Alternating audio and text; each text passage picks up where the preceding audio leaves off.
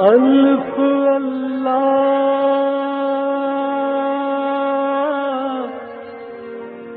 چمبے دی بوٹی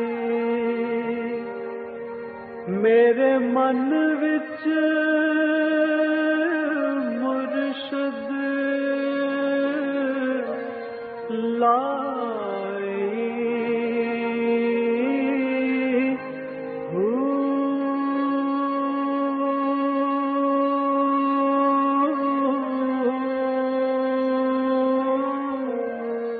بسم اللہ الرحمن الرحیم۔ السلام علیکم۔ پروگرام المرشد اور میں ہوں منور عتیق۔ ناظرین محترم، آپ کے سوالات ہیں اور رہنمائی کے لیے ہمارے ساتھ موجود ہیں ہمارے بہت ہی محترم جناب حضرت امیر محمد اکرم اوان صاحب۔ آپ سلسلہ نقشبندیہ اویسیہ کے شیخ ہیں، مترجم قرآن ہیں، مفکر قرآن ہیں، شاعر ہیں، ادیب ہیں، بہت سارے حوالے ہیں آپ کے۔ بہت شکریہ، آپ نے ہمیں وقت دیا۔ آپ کے مزاج ٹھیک؟ الحمدللہ، شکر الحمدللہ۔ حضرت جی آج بھی ہمارے پاس بہت سارے سوالات ہیں، اور یہ سوالات ہمارے پاس ایسے ہوتے ہیں کہ جو شاید لوگ عام پروگرامز کے اندر یا جو روٹین کے پروگرامز ہیں اس میں کرتے ہوئے یا تو گھبراتے ہیں یا پھر ان پروگرامز کے اندر یہ سوالات شامل ہی نہیں ہوتے، کیونکہ اس میں فوراً فتوے لگ جاتے ہیں کہ جی یہ سوال کرنے والا جو ہے یہ کافر ہے۔ حضرت جی سوال ہے طفیل احمد ہے کراچی سے، بڑا انٹرسٹنگ سوال ہے ان کا۔ کہتے ہیں ہر مذہب ہی اچھائی کی تعلیم دیتا ہے اور اپنے رب کو خوش رکھنے کی تلقین کرتا ہے، پھر ایک ایسا شخص جو مسلمان گھرانے میں پیدا ہی نہیں ہوا وہ کیوں کر پرکھے کہ سچا دین تو صرف اسلامی ہے؟ بالکل اسی طرح مختلف فرقوں میں بٹے لوگ اپنے اپنے فرقے کو درست سمجھتے ہیں، ایسے میں درست فرقے کی پہچان کیسے ہو؟ الحمدللہ رب العالمین، والصلاة والسلام علی حبیبہ محمد وآلہ وصحبہ اجمعین۔ اعوذ باللہ من الشیطان الرجیم، بسم اللہ الرحمن الرحیم۔ مجھے آپ کا سوال سن کر میں اللہ کریم کا شکر ادا کرتا ہوں، خوشی ہوئی۔ یہ ایسی باتیں ہیں جو پوچھی بھی جانی چاہیے اور جو زیادہ زیر بحث آنا چاہیے۔ صحیح۔ جہاں تک اللہ جل شانہ کی ذات کا تعلق ہے تو اللہ کو ماننا عقل کی مجبوری ہے۔ بالکل صحیح۔ یعنی جب آپ اس تخلیق کے پروسیس کو دیکھتے ہیں، جی یہ چیز کا درخت کہاں سے آیا، جی اس کا بیج مٹی میں دبویا تھا، پھر اسے پانی ملا، غذا ملی، یہ پانی اور اس کی غذا کہاں سے آئی؟ جی اللہ نے بنائی۔ اللہ کون ہے؟ اسے کس نے بنایا؟ تو وہاں جا کر رکنا پڑتا ہے دماغ کو۔ بالکل ایسی ہے، کسی بھی مسلک سے کسی بھی مذہب سے تعلق ہو، لیکن وہ ایک ہستی ایسی ماننی پڑتی ہے جسے کسی نے نہیں بنایا، جو سب کو بناتی۔ سبحان اللہ۔ اگر نہ مانے تو پھر یہ تسلسل ختم ہی نہیں ہوتا۔ بے شک بے شک۔ لہذا عقلاً عاجز آ کر اللہ کو ماننا اور بات ہے، اور اللہ کی ذات اور صفات کو ویسا ماننا جیسا وہ ہے، اس کے لیے نبی چاہیے۔ سبحان اللہ سبحان اللہ۔ اس لیے ہمارے علماء نے لکھا ہے کہ جب آپ بچے کو اللہ کا تصور دیتے ہیں 5 سال 4 سال 6 سال کی عمر میں، تو اسے یہ یاد کرائیں کہ میں اس اللہ کو ویسا ہی مانتا ہوں جس اللہ کو حضرت محمد الرسول اللہ عبداللہ کے فرزند جو مکہ مکرمہ میں پیدا ہوئے، جنہوں نے مدینہ منورہ ہجرت کی، جیسا وہ منواتے ہیں میں ویسا مانتا ہوں۔ بالکل صحیح۔ کیونکہ اللہ کو تو ایسا ماننا چاہیے جیسا وہ ہے، جیسی اس کی ذات ہے، جیسی اس کی صفات ہیں، جیسی اس کی شان ہے۔ اب یہ عقل کا کام نہیں۔ اگر عقل کا ہوتا تو فلاسفہ نے اس کا جواب دے دیا ہوتا، عقل کا ہوتا تو اہل علم نے، ادیبوں نے، مورخوں نے، وہ جو نکتہ وروں سے حل نہ ہوا اور فلسفیوں سے کھل نہ سکا، یعنی یہ تو وہ ہستی بتا سکتی ہے جسے اللہ کا وہ قرب حاصل ہو، یا جسے اللہ خود بتائے، یا جس نے اللہ کو دیکھا، سبحان اللہ، اللہ کو اتنا جانتا ہو۔ اور اتنا جاننا یہ انبیاء کا خاصہ ہے۔ لہذا اللہ کو ویسا ماننا ضروری ہے جیسا وہ ہے، اور وہ بتاتے ہیں حضرت محمد الرسول اللہ صلی اللہ علیہ وسلم۔ یہ تو بات ہو گئی ایمان کی۔ اب اگر کوئی ویسا نہیں مانتا تو از خود وہ اپنے کو سچا کہتا رہے. تو بت پرست بھی کہتے ہیں میں سچا ہوں، تو ستارہ پرست بھی، آتش پرست بھی، ابلیس کی پوجا کرنے والے بھی ایک طبقہ ہے، وہ کہتے ہیں ہم سچے ہیں. صحیح. تو یہ کہنے سے سچا نہیں ہوتا. رہا سوال کا یہ حصہ کہ بندہ کیسے تلاش کرے. اب وہ غیر مسلمانوں کے گھر پیدا ہوا ہے، کیسے میں تو سمجھتا ہوں جو مسلمانوں کے گھر پیدا ہوئے ہیں تلاش انہیں بھی کرنا چاہیے. بالکل صحیح. ایک موروثی عقیدہ ہے، اس میں وہ قوت نہیں ہوتی جو آپ تحقیق کر کے فیصلہ کر کے متعین کرتے ہیں، اس میں جو قوت اس میں ہوتی ہے. اچھا حضرت جی، یہاں پر ایک اور سوال اٹھتا ہے کہ بہت سارے ہمارے علماء اکرام اس بات سے روک دیتے ہیں. وہ کہتے ہیں کہ آپ تحقیق میں پڑھو گے تو آپ ایمان سے خارج ہو جاؤ گے. وہ اس لیے روک دیتے ہیں کہ ہم سے ہی پوچھتے رہو، ہمارے محتاج رہو. صحیح.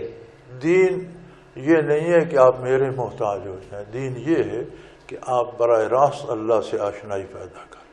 سبحان اللہ. نبی کریم صلی اللہ علیہ وسلم کی ذات درمیان میں آ جاتی اور لوگوں سے کہتی کہ تم میں تو اہلیت نہیں ہے کہ تم اللہ سے کلام کر سکو. تم باتیں مجھ سے کرو، میں تمہاری باتیں اللہ کو پہنچاؤں گا. بات بنتی تھی.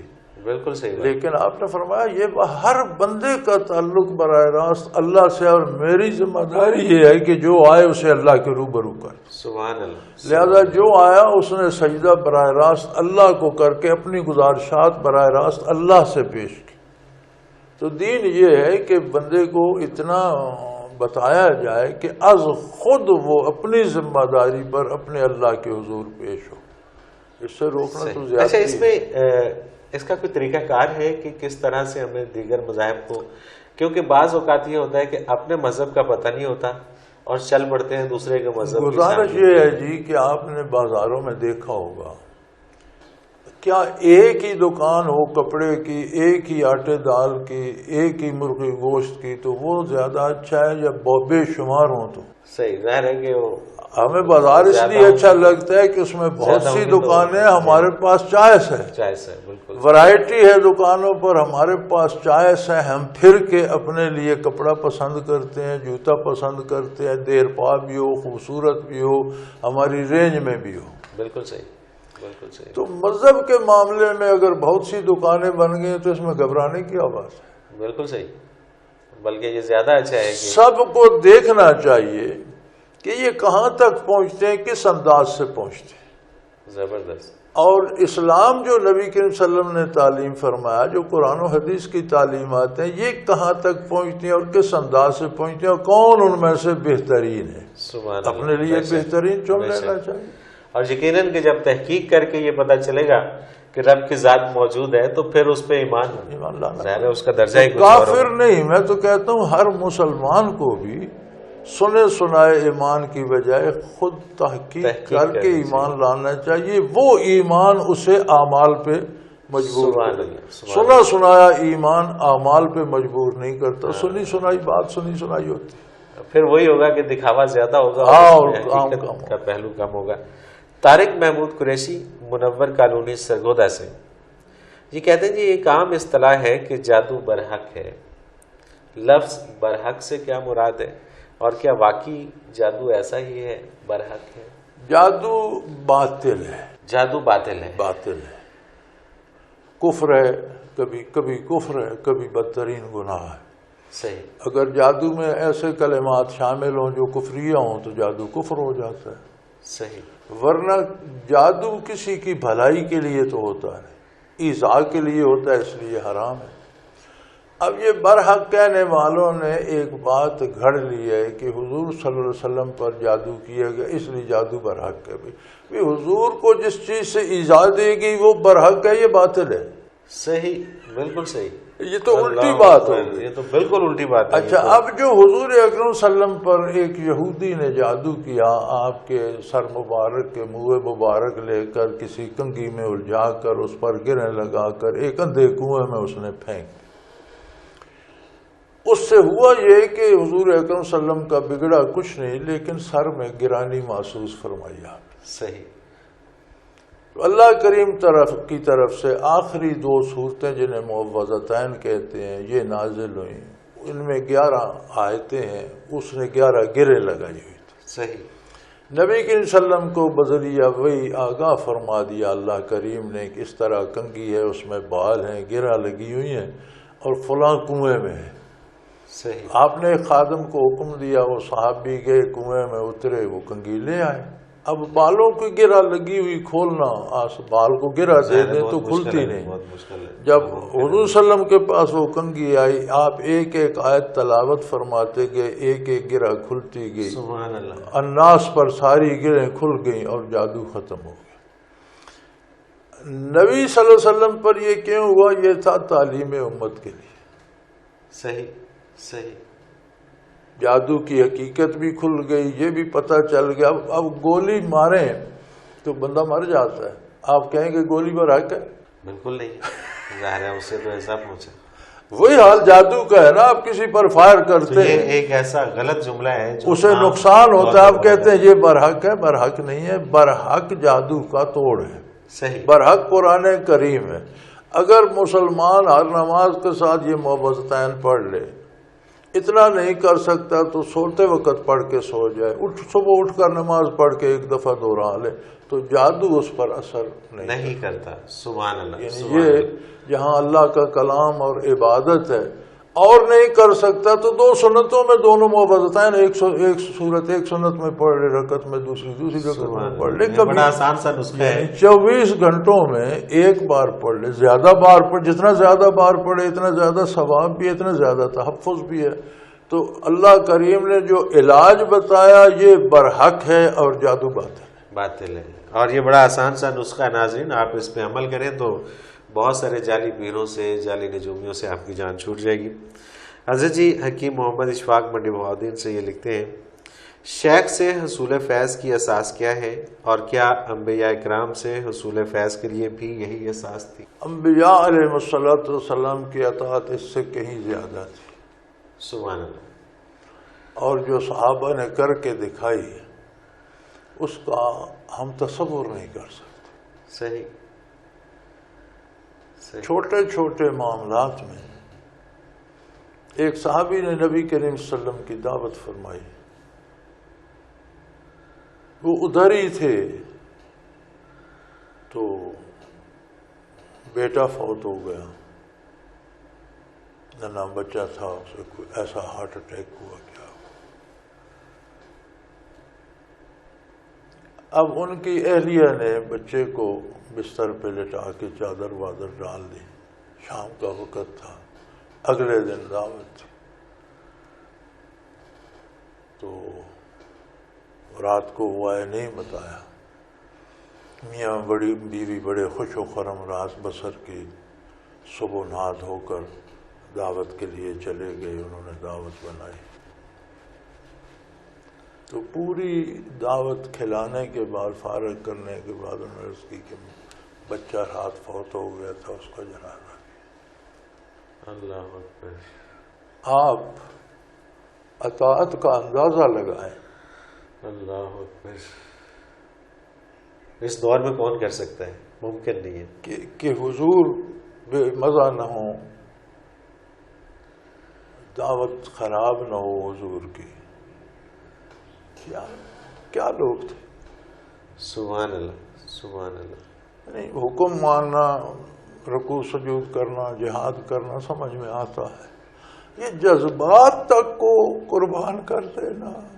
اللہ اکبر. اور ایسے جذبات کے جو کنٹرول سے ہی باہر ہیں، بے اختیار ہو جاتے ہیں، ہنس رہے ہیں، کھیل رہے ہیں، خوشی خوشی چیزیں پیش کر رہے ہیں. اس دور میں ماں نے، خاتون نے، ماں نے میاں کو نہیں بتایا اللہ اکبر کہ پریشان ہوگا. تو آپ صحابہ کی اطاعت کا تو ہم تو اندازہ بھی نہیں کر سکتے. صحیح بات ہے. بات یہ ہے کہ آپ جس کی اطاعت کرتے ہیں، جس کے تابع ہو جاتے ہیں، اس سے آپ کو ایک قلبی نسبت ہو جاتی ہے، آپ اس جیسے ہو جاتے ہیں. عجیب بات یہ ہے. سبحان اللہ. آپ کسی چور کی اطاعت کر لیں، اگلے سال آپ بھی کامیاب چور ہوں گے. جی ایسا ہی لباس ویسا بنا لیں گے، مونچھیں وغیرہ ویسی بڑھا لیں گے، حلیہ ویسا بنا لیں گے. وہ کہتے ہیں نا کہ آدمی سوسائٹی سے پہچانا جاتا ہے، جس طرح کی سوسائٹی ہوتی ہے اس طرح کا بن جاتا ہے۔ جس طرح کا بندہ جس کی اطاعت اختیار کرتا ہے اسی کی کاپی بن جاتا ہے۔ سوال ہے سلطان عرفانی لاہور سے، یہ کہتے ہیں جی غوث اور کتب کیا ہر عہد میں موجود ہوتے ہیں؟ اگر موجود ہوتے ہیں تو ملک و قوم پر ان کے کیا اثرات ہوتے ہیں؟ حضرت جی اس کا جواب ایک مختصر سے کمرشل بریک کے بعد۔ ناظرین ایک مختصر سے کمرشل بریک، اس کے بعد حاضر ہوتے ہیں، ہمارے ساتھ رہیے گا۔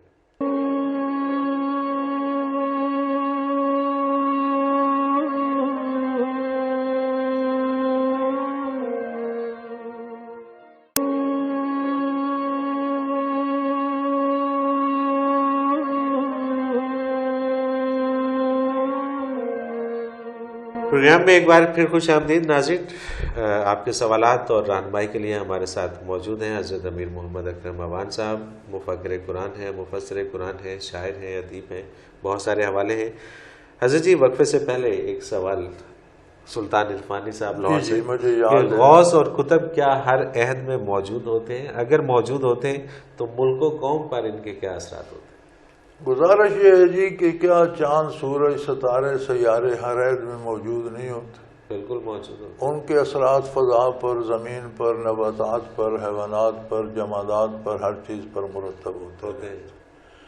اسی طرح روحانی نظام حیات کے یہ سورج، چاند، ستارے ہیں، سبحان اللہ سبحان اللہ، ہر عہد میں موجود رہتے ہیں، اور جو اثرات ان کے ہونے چاہیے وہ جاری رہتے ہیں۔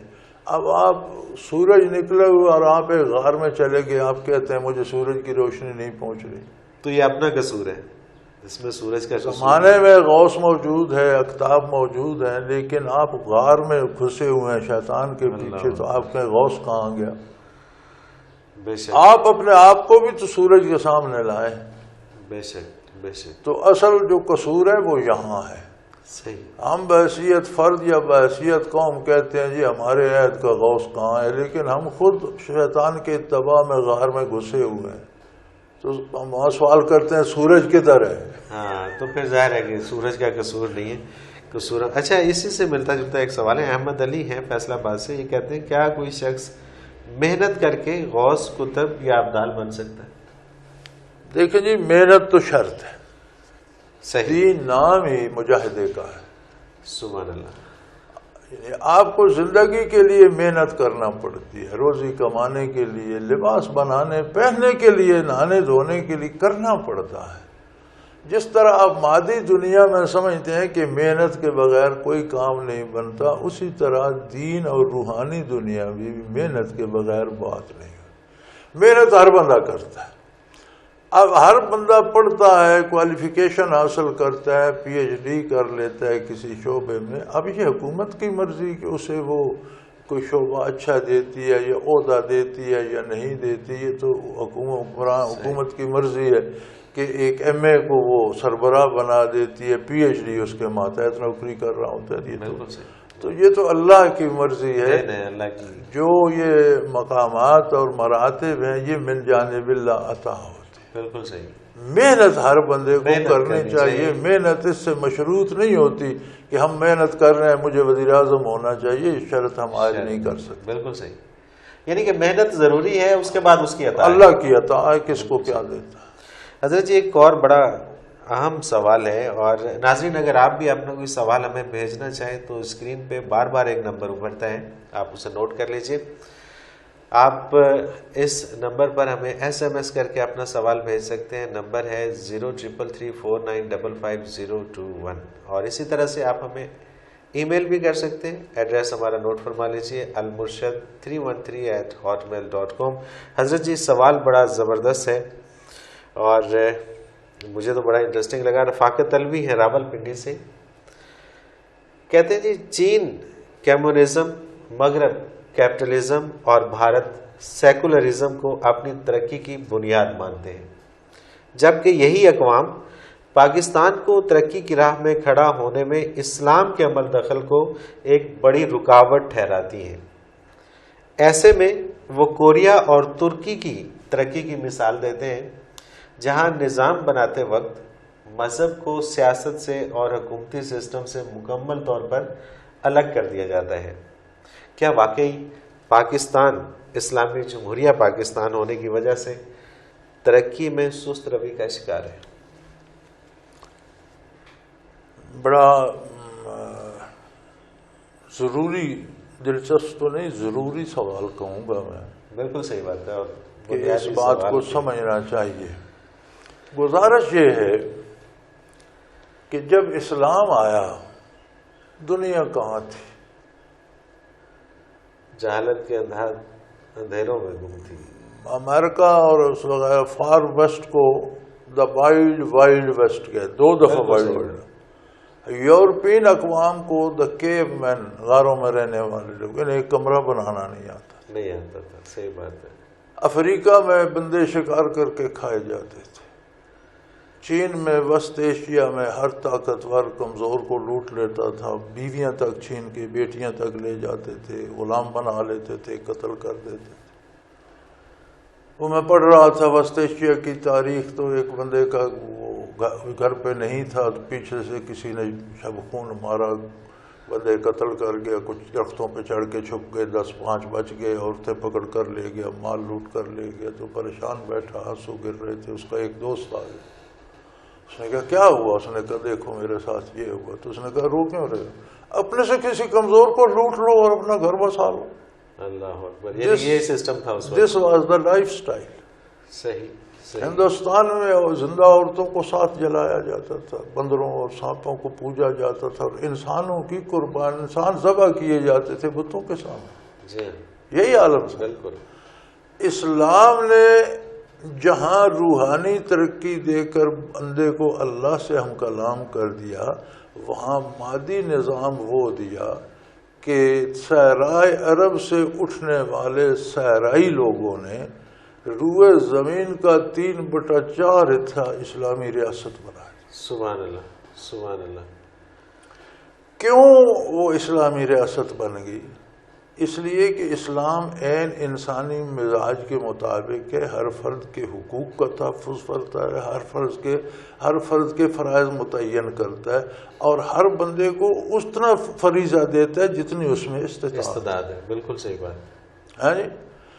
جب اسلامی ریاست عروج پر تھی، صحیح، ایک حد پر فاروق اعظم نے رضی اللہ تعالیٰ عنہ فتوحات روک دی تھی کہ وہ ریاستیں جو ہم سے چھیڑتی تھی سب فتح ہو گئی، ہمیں ان کا انتظام کرنا ہے، ہمارے پاس 3/4 دنیا آ گئی ہے، اگر دوسرے ہم سے چھیڑتے نہیں تو ہم انہیں نہیں چھیڑتے، تبلیغ کریں گے، اسلام پہنچائیں گے، وہ مانے بہت بہتر، نہ مانے ان کی مرضی، ہماری ان سے جنگ نہیں ہوگی، چھیڑیں گے تو ہوگی۔ بالکل صحیح۔ یعنی اسلام نے جتنی روئے زمین کو فتح کیا، یہ دفاعی جنگیں لڑ کر فتح کی۔ سبحان اللہ، بے شک بے شک۔ اچھا، ان میں جو نظام بنا، کیا وہ دنیا کی کامل ترین اور عروج ترین پر سلطنت نہیں تھی؟ No doubt, no doubt. تو پھر آج ہم اسلام سے ترقی کیوں نہیں کر سکتے؟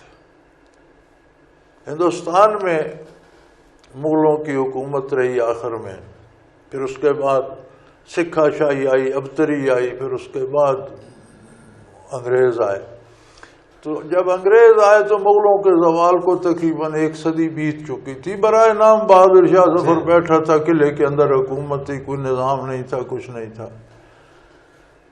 جب انگریزوں نے سکھوں سے بھی پنجاب لے لیا، سارے ہندوستان پہ قبضہ کر لیا، تو اس وقت لارڈ میکالے نے اپنی اسمبلی میں برطانیہ میں جو تقریر کی ہندوستان کے بارے، اس وقت وہ کہتے ہیں کہ I have traveled the east to west and from north to south of India. I have seen no thief, no beggar. کیا بات ہے، یہ ان کے اپنے کلمات ہیں۔ یعنی 100 سال گزر جانے کے بعد بھی اثرات یہ تھے کہ 100 سال بعد بھی ہمالیہ سے دکن تک اور بنگال سے آپ کے بلوچستان کی آخری حد تک کوئی چور اور کوئی گداگر نہیں تھا۔ یہ کیا تھا؟ جو اسلامی نظام انہوں درمیان میں اکبر نے اسے خراب کیا، دین الہی جاری کیا، لیکن پھر وہ واپس اپنی ڈگر پر آ گئے۔ بالکل صحیح۔ اور اورنگزیب عالمگیر نے جو ملکی ضابطۂ قوانین عدالتی بنایا تھا، وہ عالمگیری فتاوی عالمگیری پر آج بھی علماء فتویٰ دیتے ہیں، یہ ملک کا آئین و دستور تھا۔ صحیح، بالکل صحیح. مغربی اقوام نے یا کوریا نے یا چین نے یا جس نے ترقی کی، آپ ان کے وہ اصول دیکھیں کہ کن اصولوں پر انہوں نے ترقی کی. بالکل صحیح. بنیاد آپ کو ملے گی کہ ہر آدمی اپنی ڈیوٹی پوری کرے. بنیاد آپ کو ملے گی کہ کوئی رشوت نہ لے، کوئی ناجائز رعایت کسی نہ کی جائے، کم نہ تولا جائے، کوالٹی کم نہ کی جائے. یہی چیزیں نہیں ہیں. بالکل ایسے ہی. تو یہ چیزیں تو اسلام نے دیں اور ان اقوام نے اسلام سے لیں. بے شک. اب ہم نے لیبل اسلام کا لگا رکھا ہے، اندر ہم نے سارا کفر بھر رکھا ہے. بدیانتی ہم کرتے ہیں، ڈیوٹی ہم نے. یار اس ملک میں آپ دیکھیں 9 دن بینک بند ہیں. دنیا کے کسی ملک میں تصور کیا جا سکتا؟ پچھلے دنوں عید کی چھٹیوں میں 9 دن بینک 9 دن بینک تک بند ہیں. یار ہم بیٹھے ہیں، ہمیں پیسے ضرورت ہے، پیسے اپنے ہیں.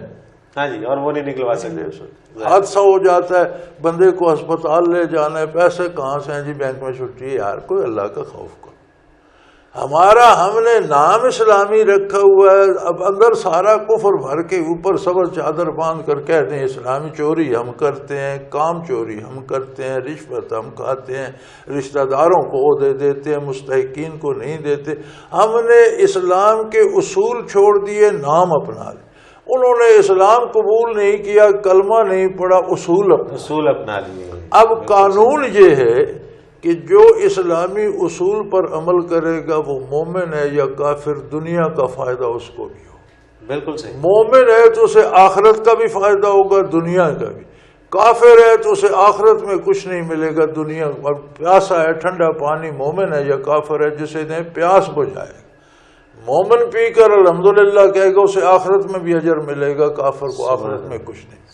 تو جتنے لوگوں نے ترقی، جتنی قوم نے کی ہے، ان کے ترقی کے اصول نکالیں اور اسلام کی تعلیمات پڑھیں تو یہ سب اسلام کے خوشہ چین ہیں. انہوں نے اسٹڈی کی کہ اسلام اتنے تھوڑے عرصے میں اتنی دنیا نے کیوں قبول کیا. بے شک.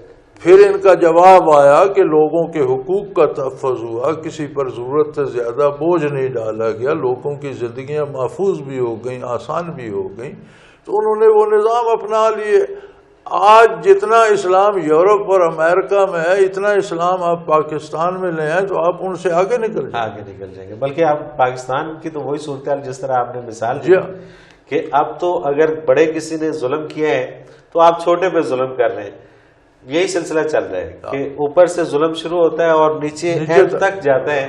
ہر شخص ظلم کرنے پر اپنے سے کمزور کو لوٹ لو، پریشان ہونے کی کیا ضرورت کیا ہے. اور یہی ہو رہا ہے پاکستان کے اندر. اب اس کو ہم اسلام کہیں تو یہ تو اسلام کا قصور نہیں ہے، ہماری سمجھ کا. کیونکہ ہم نے وہ قوانین تو سارے چھوڑ دیے ہیں جو اسلام کے قوانین ہیں، اور بظاہر مسلمان کہنے سے تو ظاہری بات ہے ترقی نہیں ہوگی.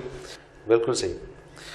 حضرت جی ایک اور سوال شامل کرتے ہیں محمد اسلم رائیونڈ سے. یہ کہتے ہیں کہ حدیث مبارکہ دعا عبادت کا مغز ہے کو بنیاد بنا کر یہ کہا جاتا ہے کہ دعا کے بغیر عبادت ایسے ہی ہے کہ آپ نے چھلکا لیا اور مغز چھوڑ دیا. سوال یہ ہے کہ دعا کی حیثیت اپنی جگہ، مگر پھر عبادت کی حیثیت کیا ہوگی؟ عبادت کیا ہے؟ صرف نماز روزہ عبادت نہیں. عبادت ہر وہ کام ہے جو آپ اللہ و اللہ کے رسول کے دین کے مطابق. بالکل ٹھیک. اس کے مطابق کمانا عبادت، کھانا عبادت، بال بچے پالنا عبادت، سونا عبادت، جاگنا عبادت، گھر بنانا عبادت. ہر کام یا عبادت ہے یا نافرمانی. بالکل صحیح بات ہے. ہر عمل جو بھی انسان نے لیا. اب عبادت جو ہے یہ بجائے دعا کیا ہے؟ صمیم قلب سے اللہ کی بارگاہ میں اپنی گزارشات پیش کرنا، اپنی مشکلات کا حل چاہنا، اپنی رکاوٹوں کا حل چاہنا. صحیح. اور عبادت کیا ہے؟ صمیم قلب سے اللہ اللہ کے رسول کی اطاعت کرنا. تو یہ جو عمل ہے یہ بجائے خود دعا بن جائے. سبحان اللہ. سبحان اللہ. یہ چاہتا ہے رحمت الہی کو، یہ چاہتا ہے برکات کو، یہ چاہتا ہے انعامات کو، یہ خود دعا بن جاتا. اب اس سب کے بعد پھر اللہ کریم نے یہ مزید شفقت فرمائی کہ عمل کرنے کے بعد پھر مجھ سے کوئی چیز چاہتے ہو تو وہ مانگ بھی لو. سبحان اللہ. سبحان اللہ. اب مخل عبادت یعنی عبادت کا حاصل اس لیے کہا گیا کہ دعا کرنی چاہیے گناہوں کی معافی کے لیے دعا کرنی چاہیے، قرب الہی کے لیے، اور اس کے تو فعل دعا کرنی چاہیے دنیاوی مصیبتوں سے نجات کے لیے، اخروی مصیبتوں سے نجات کے لیے، یہ دعا ہے۔ صحیح۔ تو عبادت بھی تو یہی ہے، بالکل صحیح۔ اس میں اس کو الگ نہ کیا جائے، بجائے خود ہر عبادت اور خود دعا بھی ہے۔ یعنی دعا تب بنتی ہے کہ جب عبادت میں محض ایکٹنگ نہ رہے، خلوص آئے، اداکاری نہ ہو، خلوص دل سے کر رہے ہیں تو وہ خود دعا بن جاتی ہے۔ اگر اداکاری ہے تو عبادت ہی نہیں رہتی، اس لیے فرمایا گیا کہ جو دعا ہے یہ عبادت کا مغز ہے، یعنی عبادت خود دعا ہونی چاہیے۔ بالکل صحیح۔ عمل چھلکا ہے اور وہ کیفیت اس کا مغز ہے۔ مغز ہے، بالکل صحیح۔ اور کیفیت اگر آ جائے تو پھر کیا بات ہے۔ تو یہ ایک ہی لفظ ہے، ایک ہی بات ہے، لیکن اس کو سمجھنے میں تھوڑا مشکل ہے۔ یہ حضرت جی بہت شکریہ، ہمارے پروگرام کا وقت اپنے اختتام کو پہنچ رہے ہیں۔ الحمدللہ۔ ناظرین محترم، اگر آپ بھی اپنا کوئی سوال ہمیں بھیجنا چاہیں تو جیسے میں نے پہلے بھی عرض کیا ہے کہ اسکرین پہ ایک نمبر بار بار ابھرتا ہے، آپ اس پہ اپنا SMS ہمیں بھیج سکتے ہیں۔ نمبر نوٹ کر لیجئے 0333 49555021۔ آپ اس نمبر پر ہمیں SMS کر سکتے ہیں، اور اسی طرح سے ہمارا ای میل ایڈریس بھی اسکرین پر موجود ہے، آپ ہمیں میل کر سکتے ہیں almurshid313@hotmail.com۔ اور اس کے ساتھ ہی منور عتیق کو اجازت دیجیے، انشاءاللہ اگلے ہفتے پھر ملاقات ہوگی۔ اللہ حافظ۔